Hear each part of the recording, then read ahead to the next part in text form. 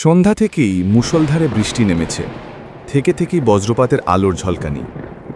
আকাশের বুঝি আজ মন খারাপ, তাই তো এমন কালো মেঘে মুখ ভারী করে এক টানা কান্না করছে। এমন একটা সন্ধ্যায় সম্পৃক্তার মনটাও ভারী হয়ে ওঠে অকারণ। কিছুতেই আর পড়াশোনায় মন বসে না। চুপচাপ জানালার পাশে এসে বসে থাকে, বৃষ্টি ভেজা রাস্তার দিকে তাকিয়ে থাকে বেশ কিছুক্ষণ। একটা সময় কি যেন মনে হতেই উঠে পড়ে, রান্নাঘরে এসে চটপট কিছু গরমাগরম চপ আর চা বানায়। বাবা মা ডাইনিং হলে টিভি দেখতে দেখতে গল্পে মেতেছে। রান্নাঘর থেকেই সেই আওয়াজ শুনতে পারছে। খাবারগুলো সাজিয়ে নিয়ে ও চলে আসে বাবা মায়ের আড্ডায় যোগ দিতে।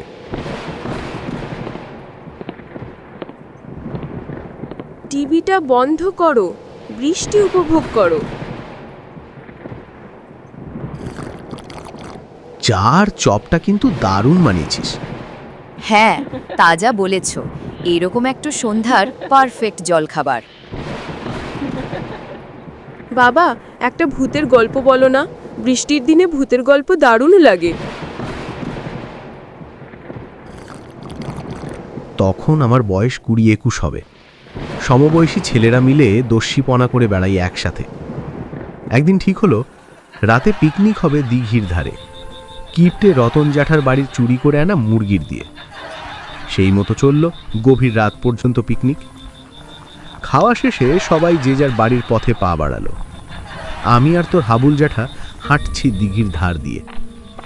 কুয়াশা এত ঘন যে মশালের আলোতেও মাঝে মাঝে পথ ঠাহর করতে পারছি না পরিষ্কার করে।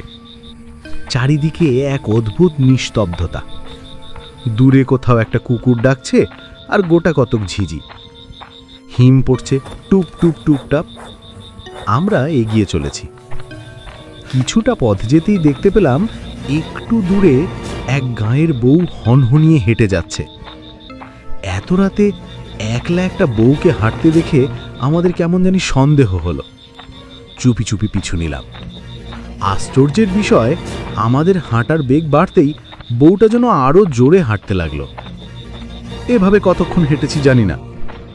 একসময় বউটার পায়ের দিকে তাকাতেই আতকে উঠি। হাবুলকে ফিসফিসিয়ে বলে উঠলাম, ভাই, এ তো মানুষ না, দেখ পা নেই মাটিতে, ভাসতে ভাসতে কেমন এগিয়ে যাচ্ছে সামনে। হাবুলও ততক্ষণে বিষয়টা লক্ষ্য করেছে।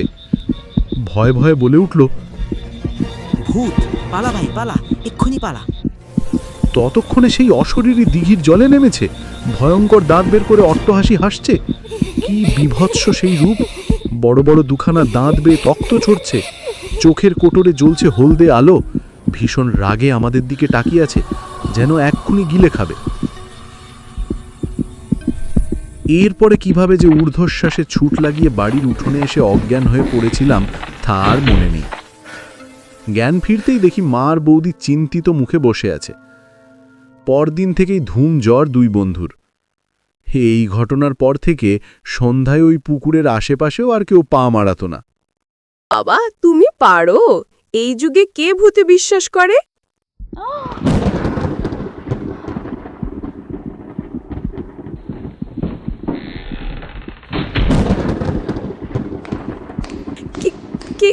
কে ওখানে?